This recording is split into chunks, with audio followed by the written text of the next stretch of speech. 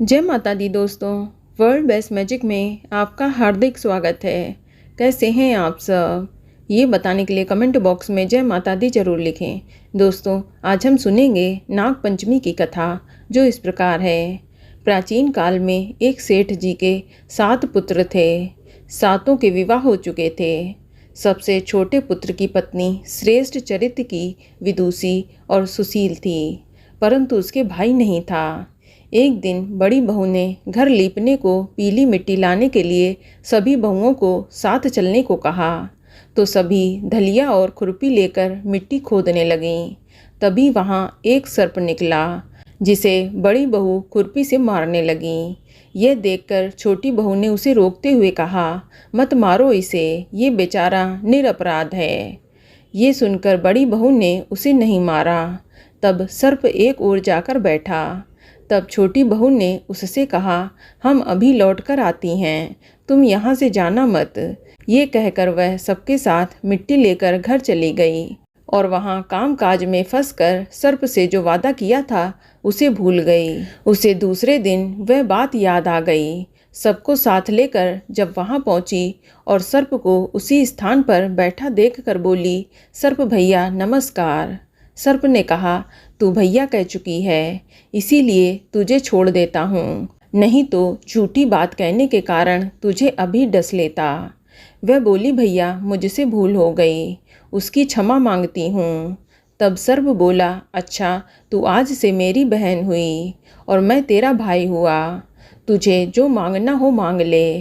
वह बोली, भैया मेरा कोई नहीं है, अच्छा हुआ जो तू मेरा भाई बन गया।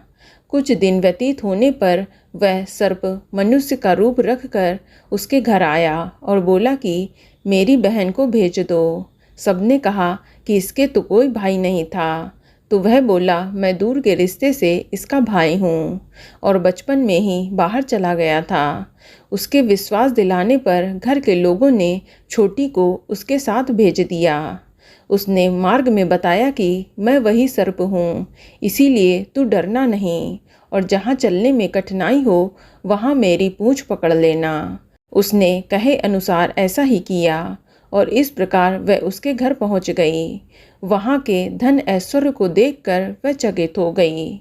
एक दिन सर्प की माता ने उससे कहा कि मैं एक काम से बाहर जा रही हूँ, तू अपने भाई को ठंडा दूध पिला देना। उसे ये बात ध्यान न रही और उसने गर्म दूध पिला दिया, जिससे उसका मुंह बहुत बुरी तरीके से जल गया। ये देखकर सर्प की माता बहुत ही क्रोधित हुई, परंतु सर्प के समझाने पर वह शांत हो गईं। तब सर्प ने कहा कि बहन को अब उसके घर भेज देना चाहिए। तब सर्प और उसके पिता ने उसे बहुत सा सोना, चांदी, जवाहरात, वस्त्र, आभूषण आदि देकर उसे घर पहुंचा दिया। इतना ढेर सारा धन देखकर बड़ी बहू ने ईर्ष्या से कहा कि भाई तो बड़ा तेरा धनवान है, तुझे तो उससे और भी धन लाना चाहिए था। सर्प ने ये वचन सुना तो सब वस्तुएं सोने की लाकर दे दीं। ये देखकर बड़ी बहू ने कहा, इन्हें झाड़ने की झाड़ू भी सोने की होनी चाहिए। तब सर्प ने झाड़ू भी सोने की लाकर दे दी। सर्प ने छोटी बहू को हीरा मणियों का एक अद्भुत हार दिया था। उसकी प्रशंसा उस देश की रानी ने भी सुनी और वह राजा से बोली कि सेठ की छोटी बहू का हार यहाँ आना चाहिए।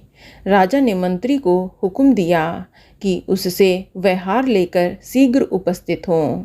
मंत्री ने सेठ जी से जाकर कहा कि महारानी जी छोटी बहू का हार पहनेंगी, वह उससे लेकर मुझे दे दो। सेठ जी ने डर के कारण छोटी बहू से हार मंगाकर दे दिया। छोटी बहू को ये बात बहुत ही बुरी लगी। उसने अपने सर्प भाई को याद किया और आने पर प्रार्थना की, भैया रानी ने हार छीन लिया है, तुम कुछ ऐसा करो कि जब वह हार उसके गले में रहे तब तक के लिए सर्प बन जाए और जब वह मुझे लौटा दे तब वह हीरे और मणियों का हो जाए। सर्प ने ठीक वैसा ही किया। जैसे ही रानी ने हार पहना वैसे ही वह सर्प का बन गया। यह देखकर रानी चीख पड़ी और रोने लगीं। यह देखकर राजा ने सेठ के पास खबर भेजी कि छोटी बहू को तुरंत भेजो। सेठ जी डर गए, न जाने राजा क्या करेगा। वे स्वयं छोटी बहू को साथ लेकर उपस्थित हुए। राजा ने छोटी बहू से पूछा कि तूने क्या जादू किया है, मैं तुझे दंड दूंगा।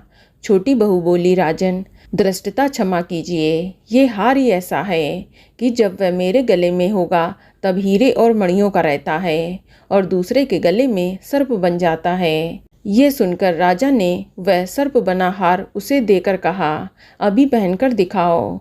छोटी बहू ने जैसे ही उसे पहना वैसे ही हीरों और मणियों का हो गया। ये देखकर राजा को उसकी बात पर विश्वास हो गया और उसने प्रसन्न होकर उसे बहुत सी मुद्राएं भी पुरस्कार में दे दीं।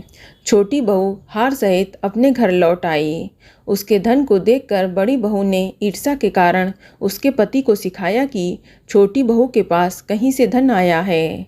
ये सुनकर उसके पति ने अपनी पत्नी को बुलाकर कहा, ठीक ठीक बता कि ये धन तुझे कौन देता है। तब वह सर्प को याद करने लगी। तब उसी समय सर्प ने प्रकट होकर कहा, यदि मेरी धर्म बहन के आचरण पर कोई भी संदेह प्रकट करेगा तो मैं उसे खा लूँगा।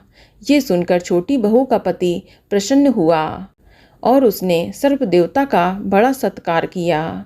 उसी दिन से नाग पंचमी का त्यौहार मनाया जाता है और स्त्रियां सर्प को भाई मानकर नाग पंचमी के दिन पूजा करती हैं।